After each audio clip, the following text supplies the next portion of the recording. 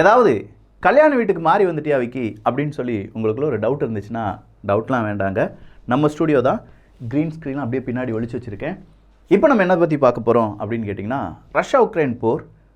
ஏன்னா ஜார்ஜ் சோரோஸை பற்றி first part போட்டுட்ட ஏதோ மெயின் பிக்சர் வரப்போகுது அப்படிலாம் சொல்லிட்டு இருந்தே அப்படின்னு கேட்டால் அதுக்கான அந்த காரணம் தேடி நம்ம போனோம். சோரோஸ் அவர்கள் எந்த நேரத்தில் பேசுகிறார் அப்படிங்கிறது தான் இங்கே காரணம். இந்தியாவை பற்றி அவர் பேசுகிறார் அப்படின்னு சொன்னோன்னே நீ கொந்தளிக்கிறியா விக்கி, இல்லை மோடியை பற்றி தப்பாக பேசிட்டார் அப்படின்னு சொல்லி கொந்தளிக்கிறியா அப்படிங்கிற கேள்விக்கு, இந்தியாவை பற்றி தப்பாக பேசுனது மட்டும்தான் இங்கே பிரச்சனையே தவிர இங்கே இருக்கக்கூடிய அரசியல்வாதிகள் இல்லை அவங்க செய்யக்கூடிய அரசியல் இதை பற்றி பேசலாம். ஆனால் எந்த ஸ்டேஜில் அது எவ்வளோ பெரிய இம்பேக்டை ஏற்படுத்தும் அப்படிங்கிறத இங்கே இருக்கக்கூடிய மக்கள் புரிந்து கொள்ள வேண்டும். மியூனிச் செக்யூரிட்டி கான்ஃபரன்ஸ் அப்படிங்கிறது ஏன் நடக்குது தெரியுமா?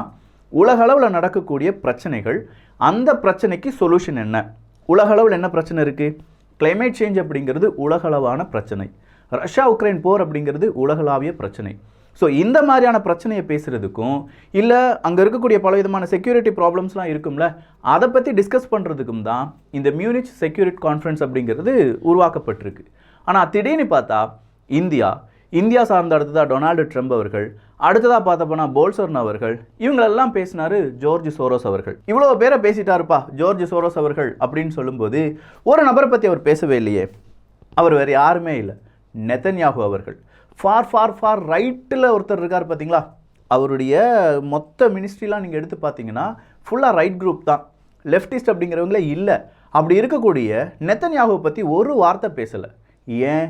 யூதர்களை ஆட்சி செய்யக்கூடிய நெதன்யாகு அப்படிங்கிற அந்த பயமா, இல்லை தன் இனத்தை சார்ந்தவரை பற்றி நான் எப்படிப்பா இங்கே தப்பு பேசுறது அப்படிங்கிற இனப்பாசமா என்பது ஜார்ஜ் சோரோஸ் அவர்களுக்கு மட்டும்தான் தெரியும். அதெல்லாம் விட்டுலாம்.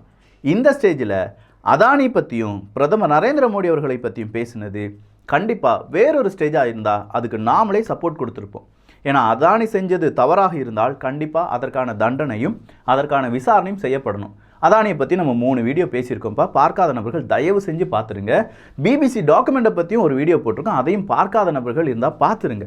ஏன்னா இந்த வீடியோக்கு கீழே வந்துக்கிட்டு அதை பற்றி பேசலையா இதை பற்றி பேசலையா, பேசிட்டேன்யா, பேசுனதை பார்த்துட்டு வந்து பேசுங்க அப்படிங்கிறது தான் என்னுடைய தாழ்மையான வேண்டுகோள். ஸோ இந்த மியூனிச் செக்யூரிட்டி கான்ஃபரன்ஸ் அப்படிங்கிறதுல மெயினாக டிஸ்கஷன் போன டாபிக் என்ன அப்படின்னு கேட்டிங்கன்னா ரஷ்யா உக்ரைன் தான்.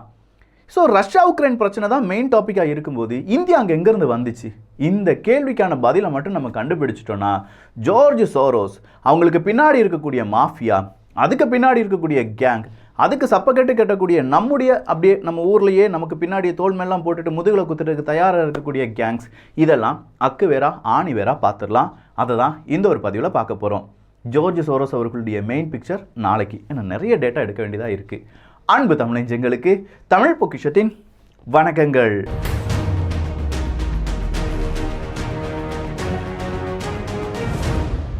ஸோ ஜார்ஜ் சோரோஸ் அவர்கள் நேராக இந்த மியூனிச் செக்யூரிட்டி கான்ஃபரன்ஸ் அப்படிங்கிறதுல வந்து ஒரு 40 நிமிஷம் பேசினாருங்கிறத நம்ம பார்த்தோம். இந்த 40 நிமிஷமும் அவர் பேசின வார்த்தைகளில் ரஷ்யா உக்ரைன் போரில் ரஷ்யாவுக்கு ஆதரவாக இந்தியா செயல்படுது அப்படிங்கிற ஒரு குற்றச்சாட்டை, அதுதான் மையக்கரு. அதை அப்படியே உருட்டி அவர் எப்படி உருட்டுறாரு, ஒட்டுமொத்தமாக இந்தியா செய்கிறது தவறு அப்படிங்கிற மாதிரி உருட்டிட்டு வரார்.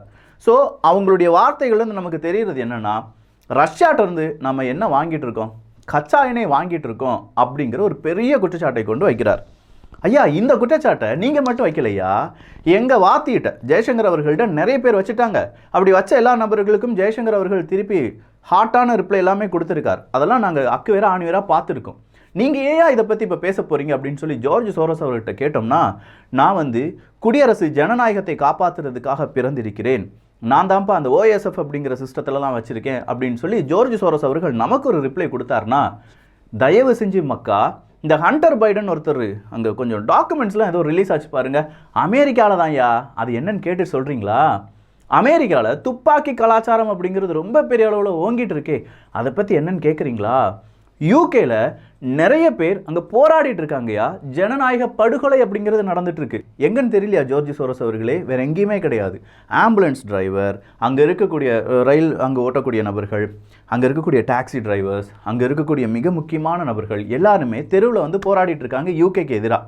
ஏன்னு கேட்டு அதையும் ஒரு ஜனநாயக படுகொலையாக நீங்கள் அங்கே பேசியிருந்தீங்கன்னா கொஞ்சம் நல்லா இருந்திருக்கும். ஸோ ரஷ்யா உக்ரைன் போரில் ரஷ்யாவுக்கு ஆதரவாக இந்தியா செயல்படுதா அப்படின்னு கேட்டால் இல்லை. ஆனால் ரஷ்யாவுக்கு எதிராகவும் இந்தியா செயல்படலை அப்படிங்கிற காண்டில் தான் இப்போ எல்லாருமே இந்தியாவை மிகப்பெரிய அளவில் அப்படியே கொத்துறதுக்கு கவனிச்சிட்டு இருக்காங்க. அதில் இப்போ ஜார்ஜ் சோரோஸ் அவர்களும் வந்து நானும் இருக்கேன்ப்பா அப்படிங்கிற ஒரு அட்டண்டன்ஸை போட்டிருக்கார். அட்டண்டன்ஸ் போட்ட ஜார்ஜ் சோரோஸ் அவர்களுக்காக ரஷ்யா உக்ரைன் போருக்கான அப்டேட்டை பார்த்துடலாம். முதல் விஷயம், உக்ரைன் அவங்களுடைய மினிஸ்டர் ஆஃப் டிஃபென்ஸ் வெளியிட்ட ஒரு அறிக்கையை வெளியிட்டிருந்தாங்க. அது என்னன்னா, கிட்டத்தட்ட 1,43,000 ரஷ்ய இராணுவ வீரர்களை கொன்னுட்டோம். இதுதான் அஃபிஷியல் ரிப்போர்ட், உக்ரைன் வெளியிட்டிருக்கக்கூடிய ரிப்போர்ட். இதுவரையிலும் இந்த ரஷ்யா உக்ரைன் போரில் ரஷ்யாவினுடைய இராணுவ வீரர்கள் எத்தனை பேர் உள்ளே போயிருக்காங்க அப்படின்னு கேட்டிங்கன்னா, தோராயமாக ஒரு 4லேருந்து 5 லட்சம் இராணுவ வீரர்கள், இன்னும் 2-3 லட்சம் பேர் இன்னும் போகலை, உள்ளேயே போகலை. இங்கே கால்குலேஷன் அடிப்படையில் ஒரு இராணுவ வீரர் இறக்கிறார் அப்படின்னா எந்த பேட்டில் ஃபீல்டை வேணாலும் எடுத்துக்கோங்க, எந்த வார்ஃபேரை வேணாலும் எடுத்துக்கோங்க, அங்கே இருக்கக்கூடிய இராணுவ வீரர்கள் அடிபட்டு காயமுற்று அதுக்கு பிறகு தான் இறக்கும் நிலைக்கு வருவாங்க. 3 வீரர்களுக்கு காயம் ஏற்பட்டால்தான் ஒரு வீரர் இறப்பது அப்படிங்கிறது சாத்தியம். இது எந்த வரலாறையும் வேணாலும் நீங்கள் திருப்பி பார்த்துக்கலாம். ஸோ 1,43,000 ரஷ்ய வீரர்கள் இறந்துருக்காங்கன்னா அதே மாதிரி 3 மடங்கு ரஷ்ய இராணுவ வீரர்களுக்கு காயம் வந்திருக்கணும். அப்படின்னா கிட்டத்தட்ட 4,60,000 ரஷ்ய இராணுவ வீரர்கள் என்ன செஞ்சுருக்கணும், காயமுற்று அதில் 1,43,000 நபர்கள் இறந்துருக்கணும். இந்த 4,64,000 ரஷ்ய இராணுவ வீரர்களையா காயமுறை வச்சுட்டீங்க அப்படின்னா மீதம் இருக்கும் ரஷ்ய இராணுவ வீரர்கள்லாம் கணக்கு எங்கேயோ இடிக்குதே. பொய்யான கணக்கு சொல்கிறதா இருந்தாலும் ஜார்ஜ் சோரோஸ் அவர்களுடைய கையில் ஒரு 275 மீடியா நிறுவனங்கள்லாம் இருந்தாலும் கொஞ்சம் நியாயமாக பார்த்து சொல்லக்கூடாதா? சரிப்பா, இப்போ திடுதிப்புனி பைடன் அவர்கள் எங்கே போயிட்டார், கிவில் போய் ஒரே ஜம்பு உக்ரைனுடைய தலைநகரத்துக்கு போயிட்டார். புட்டின் அவர்கள் நினச்சிட்டாரு கிவ் வந்து ரொம்ப வீக்காக இருக்குன்னு. அது ரொம்ப தவறு. நாங்கள் இருக்கிற வரைக்கும் உக்ரைன் ரொம்ப பெரிய பலம் வாய்ந்த நாடு.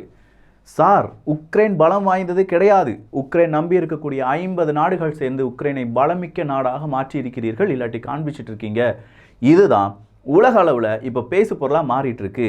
பல நாடுகளும் பல நாட்டு தலைவர்களும் இந்த வார் ஃபேட்டிக்குள்ளே வந்துட்டாங்க.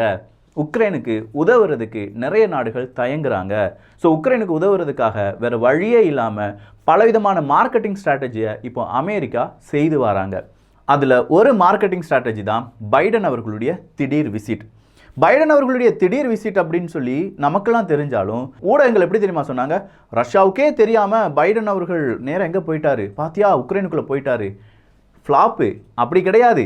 இன்றைக்கி வெள்ளை மாளிகை ஒரு அறிக்கையை கொடுத்துருக்காங்க, நாங்கள் எங்களுடைய பைடன் அவர்களை அனுப்பிவிட்டோமா, அப்போ திடீர்னு ரஷ்யா எதுவும் தாக்குதலை நடத்திடக்கூடாது அப்படிங்கிறதுக்காக ரஷ்யாட்ட நாங்கள் முன்னெச்சரிக்கை நடவடிக்கைக்காக பைடன் அவர்கள் அங்கே போகிறாங்கயா, இந்த இடத்துலலாம் தாக்குதல் நடத்திடாதீங்கன்னு சொல்லிட்டோம்.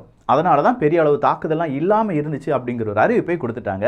ஸோ சும்மா ஏதோ பைடன் அவர்கள் வந்து எதுவுமே சொல்லாமல் ரஷ்யாவினுடைய கண்ணில் மண்ணை தூவி விட்டு அங்கே போயிட்டார் அப்படின்னு நினச்சிக்கிட வேண்டாம். இப்போதைக்கு உக்ரைன் அப்படிங்கிறது எந்த மாதிரியான வார் ஸ்ட்ராட்டஜியை யூஸ் பண்ணுறாங்க, அந்த வார் ஸ்ட்ராட்டஜிக்கு எல்லா நாடுகளும் எப்படி துணை போகிறாங்க, இதை தெரிந்து கொண்டாலே இந்தியாவை ஏன் இவங்க பழிவாங்க துடிக்கிறாங்க அப்படிங்கிற அந்த உண்மையை புரிந்து கொள்ளலாம். இப்போ உக்ரைன் பயன்படுத்தக்கூடிய வார் ஸ்ட்ராட்டஜி அப்படிங்கிறது முள்ளாம்பன்றி வார் ஸ்ட்ராட்டஜி. அது என்னடா முள்ளாம்பன்றி வார் ஸ்ட்ராட்டஜி? முள்ளம்பன்றியை நம்ம பார்த்துருக்கோம்ல, அது எப்படி இருக்குன்னா உடல் ரொம்ப மெல்லிய வாகுவாக தான் இருக்கும். ஆனால் எதிரி வந்துட்டான்னு வச்சுக்கோங்களேன், இந்த முள்ளம்பன்றி அப்படியே ஒரு சுற்றி முள்ளாக இருக்கும். அப்படின்னா வெளித்தோற்றம் அப்படிங்கிறது ரொம்ப ஹார்டாக ரொம்ப முள்ளாக யாருமே நீ நெருங்க முடியாது அப்படிங்கிற ஒரு தோரணையை கொண்டு வருவது, ஆனால் உள்ள ரொம்ப சாஃப்டாக இருக்கிறது. ஸோ இந்த மாதிரியான ஒரு வார் ஸ்ட்ராட்டஜியை தான் இப்போ உக்ரைன் பயன்படுத்திட்டு வராங்க. இதை போர்க்யூபைன் வார் ஸ்ட்ராட்டஜி அப்படின்னு சொல்லுவாங்க. இந்த போர்க்யூபைன் வார் ஸ்ட்ராட்டஜி அப்படிங்கிறத செய்கிறதுக்கு உக்ரைன் பலமிக்க நாடு அப்படின்னு சொல்கிறத அவங்க செய்து காண்பிக்க வேண்டும், இல்லாட்டி மீடியா வழியாக பரப்ப வேண்டும். அப்படி பலமிக்க நாடுனா உக்ரைன் ஒரு வீக்கான கண்ட்ரி, அதை பலமிக்க நாடாக எப்படி மாற்றலாம்? பலமிக்க நண்பர்களை ஒன்று சேர்க்கும் போது அப்படி 2 நண்பர்களை ஒன்று சேர்க்கிறாங்க. ஒன்று ஐரோப்பிய ஒன்றியம், இன்னொன்று நாட்டோ. ஸோ இப்போ உக்ரைனுக்கு ஒரு பலம் வந்துருச்சு. இந்த பலம் அப்படிங்கிறத இன்னும் அதிகப்படுத்துவதற்காக சோஷியல் மீடியாவிலிருந்து ரஷ்யா என்ன செய்யப்படுது, கட் பண்ணப்படுது. சோஷியல் மீடியாவில் உக்ரைனை பற்றி பேசுகிறதுக்கும் உக்ரைன் அது செஞ்சிட்டாங்க இது செஞ்சிட்டாங்க அப்படின்னு சொல்கிறதுக்கும் இல்லை உக்ரைனுக்கு ஆதரவாக இருக்கக்கூடிய நாடுகளுடைய செய்திகளை மட்டும் வெளியிடுவதற்காகவும் அனைத்து விதமான சோஷியல் மீடியாவும் மாற்றியமைக்கப்படுது. உங்கள் எல்லாருக்குமே தெரியும், ரஷ்யாவினுடைய ஊடகங்கள் இங்கே ஃபேஸ்புக்கில் இருந்து ட்விட்டரில் இருந்து எல்லாத்துலேருந்துமே நீக்கப்பட்டு விட்டது. ரஷ்யாவிலேருந்து யூடியூப்பை இயக்கக்கூடிய நபர்களுடைய மோனடைசேஷன் கட் பண்ணப்பட்டது. அதே மாதிரி ரஷ்யா யூடியூபர்ஸ் நிறைய பேருடைய அக்கௌண்ட் அப்படிங்கிறது சஸ்பெண்ட் செய்யப்பட்டது. இது எல்லாம் எதை காண்பிக்குது அப்படின்னு கேட்டிங்கன்னா, ஒரு ஆளை உயர்த்தி காண்பிப்பதற்கு ஒரு கோடை சின்ன கோடாக இருக்கும், அதை பெரிய கோடாக மாற்றுறதுக்கு அதை விட குட்டி கோடை கீழே வரைஞ்சிட்டா போதும். அதே மாதிரியான ஒரு ஸ்ட்ராட்டஜி தான் இப்போ உக்ரைனுக்கு இந்த போர்க்யூபைன் வார் ஸ்ட்ராட்டஜிக்காக பயன்படுத்தப்படுது. அடுத்ததா இந்த போர்க்யூபைன் அப்படிங்கிற ஸ்ட்ராட்டஜியில் சைபர் வார் ரொம்ப முக்கியமானது. இந்த சைபர் வாருக்கு தான் உக்ரைன் என்ன செஞ்சுருந்தாங்கன்னா ஐடி ஆர்மி அப்படிங்கிறத டிஃபைன் பண்ணி வச்சுருந்தாங்க. இந்த ஐடி ஆர்மி யாருடைய இன்டர்நெட்டை ரொம்ப பெரிய அளவில் பயன்படுத்தினாங்க? எலன் மஸ்க் அவர்களுடைய ஸ்டார்லிங்க் அப்படிங்கிறத பயன்படுத்திச்சு. ஸோ ஸ்டார்லிங்க் அப்படிங்கிறத பயன்படுத்தும் போது ஒரு கட்டத்தில் எலன் மஸ்க் அவர்களுக்கு ஒரு பயம் வருது. இது 3வது உலக யுத்தமாக மாறுறதுக்கான வாய்ப்புகள் இருக்குது. அதனால் ஸ்டார்லிங்க் அப்படிங்கிறது என்ன செய்யக்கூடாது, உக்ரைனுடைய சோல்ஜர்ஸ் பயன்படுத்தக்கூடாது அப்படின்னு சொல்லி தடைப்படுத்துகிறார். அப்படி தடைப்படுத்துகிற உடனே இங்கே ஸ்பேஸ் எக்ஸ் நிறுவனத்துக்கு இல்லாட்டி இந்த எலன் மஸ்க் அவர்களுடைய நிறுவனத்துக்கு அமெரிக்கா சார்பாக மிகப்பெரிய ஒரு ப்ரெஷர் கொடுக்கப்படுது. 2 தினங்களில் எலன் மஸ்க் அவர்கள் என்ன செஞ்சிட்டாங்க, உக்ரைனுடைய ராணுவ வீரர்கள் மறுபடியும் ஸ்டார்லிங்கை பயன்படுத்தலாம் அப்படிங்கிற அங்கீகாரத்தை கொடுக்குறாங்க. ஸ்டார்லிங்க் இனிமே கண்டிப்பாக உக்ரைனுடைய ராணுவ வீரர்கள் பயன்படுத்தக்கூடாது அப்படிங்கிற செய்தி நம்ம ஊடகத்திலே தலைப்பு செய்தியாக வந்துச்சு. ஸ்டார்லிங்கை மறுபடியும் உக்ரைனுடைய ராணுவ வீரர்கள் பயன்படுத்தலாம் அப்படின்னு சொல்லி எலன் மஸ்க் சம்மதித்து விட்டார் அப்படிங்கிற செய்தி நம்ம ஊடகத்தில் கூட ஒரு துணுக்கு செய்தியாக கூட வரல. இதுதான் ரொம்ப பெரிய அளவில் என்ன செய்யப்படுது, அதாவது அவங்களுக்கு என்ன தேவையோ அதை மட்டும் மக்கள் வாசித்தா போதும், மக்களுக்கு இது தெரிந்தால் இங்கே இருக்கக்கூடிய வீக் பாயிண்ட்லாம் தெரிஞ்சிடும்னு சொல்கிற செய்திகளை மக்கள் வாசிக்கவே கூடாது அப்படிங்கிறதுல தெளிவாக மேற்குலகங்கள், அதை சார்ந்து இருக்கக்கூடிய ஊடகங்கள் சரியாக அவங்களுடைய வேலையை செஞ்சிட்ருக்காங்க. அடுத்ததாக வெப்பன் சிஸ்டம் தான். இந்த வெப்பன் சிஸ்டம் உங்களுக்கே தெரியும், கண்டிப்பாக உக்ரைன் கான்டாக்ட் குரூப் அப்படின்னு சொல்லி ஒரு 50 நாடுகளுடைய ஒன்றிணைந்த ஒரு குரூப்பை உருவாக்கி அது வழியாக வெப்பன் சிஸ்டம் எல்லாமே இப்போ யாருக்கு கொடுக்கப்படுது, உக்ரைனுக்கு கொடுக்கப்படுது. லெப்பர்ட்லேருந்து எல்லா வெப்பன்ஸும், அதிநவீன வெப்பன்ஸ் எல்லாமே உக்ரைனுக்கு கொடுக்கப்படுது. இதுவும் இந்த போர்க்யூபைன் ஸ்ட்ராட்டஜி அப்படிங்கிறதுல ரொம்ப முக்கியமான ஒரு தருணம் அப்படின்னு சொல்லலாம். இது எல்லாத்தையும் விட ரஷ்யாவினுடைய அதிபருக்கு நோய் வந்துருச்சு அப்படிங்கிற அந்த செய்தி தான். கடைசியாக ரஷ்யாவினுடைய அதிபர் ஒரு இன்டர்வியூ, ஒரு பேச்சுவார்த்தையில் ஈடுபடுறார். அந்த வீடியோ ரிலீஸ் ஆகுது 2 தினங்களுக்கு முன்னாடி தான். அந்த வீடியோவில் புட்டின் அவர்களுடைய கால் சரியாக எங்கே இல்லை, ஒரே ஸ்டேபிளான பொசிஷனில் இல்லை. 2 கால்களும் மாற்றி மாற்றி அவர் என்னமோ செய்கிறாரு. அப்படி செய்யும்போது சில நபர்கள் என்ன சொல்கிறாங்கன்னா, இது ஏதோ ஒரு கோட் வேர்டா, மோர்ஸ் கோடு அப்படிங்கிற மாதிரி கோட் வேர்டான்னு கேட்குறாங்க. இன்னும் சில நபர்கள் என்ன சொல்கிறாங்கன்னா, இல்லை அவருடைய காலை அவரால் என்ன செய்ய முடியல, ஸ்டேபிளாக நிப்பாட்ட முடியல, அவருடைய உடலில் பலவிதமான பிரச்சனைகள் இருக்குது, 1 மாதத்தில் செத்து போயிடுவாருன்னு சொன்னாங்கங்க. புட்டின் அவர்களுக்கு பிளட் கேன்சர் இருக்குது அப்படி இப்படின்னு சொல்லி February 2022 சொன்னாங்க. இப்போது February 2023, கிட்டத்தட்ட 1 வருஷம் தாண்டிட்டோம். 1 வருஷம் ஆக போகுது. 24ஆம் தேதி February வந்துருச்சுன்னா இந்த யுத்தம் தொடங்கி 1 வருடம் ஆகிவிடும். ஸோ இந்த நேரத்தில் கூட மறுபடியும் ரஷ்யாவினுடைய அதிபர் நோய்வாய்ப்பட்டு இருக்கிறார் அப்படிங்கிற செய்தி எகெயின் அண்ட் எகெயின் என்ன செய்யப்படுது, பரப்பப்பட்டு வருது. ஒரு பொய்யை ஈஸியாக யாரும் நம்ப மாட்டாங்க. ஆனால் மறுபடியும் இதுதான் உண்மை அப்படின்னு சொல்லி நம்மளை நம்ப வைக்கிறதுக்காக நிறைய இடத்துலேருந்து நிறைய செய்திகள் நம்ம பார்க்கும்போது ஒருவேளை அது உண்மையாக இருக்காதோ அப்படிங்கிற அந்த கேள்வி இல்லாட்டி அந்த மாதிரியான ஒரு யோசனை நமக்குள்ளே வரும் பார்த்தீங்களா. அந்த யோசனை தான் இந்த மேற்குலக நாடுகள் இல்லை இந்த ஜோர்ஜ் சோரோஸ் அவர்கள் இதே மாதிரியான நபர்களுடைய மிகப்பெரிய சக்ஸஸ் அப்படின்னு சொல்லலாம். இந்த ஜோர்ஜ் சோரோஸ் அவர்கள் எப்படி பணம் சம்பாதிச்சார் தெரியுமா? எத்தனை நபர்களுடைய வாழ்க்கையை சிதைத்தார் அப்படிங்கிறது எல்லாமே வேறொரு கணக்கு. மலேசியாவில் மிகப்பெரிய அளவில் பிரச்சனை வருவதற்கான காரணம் இந்த ஜோர்ஜ் சோரோஸ் அவர்கள் தான். மலேசியாவினுடைய அரசியலில் மிகப்பெரிய ஒரு மாற்றத்தை ஏற்படுத்துவதற்கு ஜோர்ஜ் சோரோஸ் அவர்கள் காரணமாக இருந்தார் என்பதும் குறிப்பிடத்தக்கது.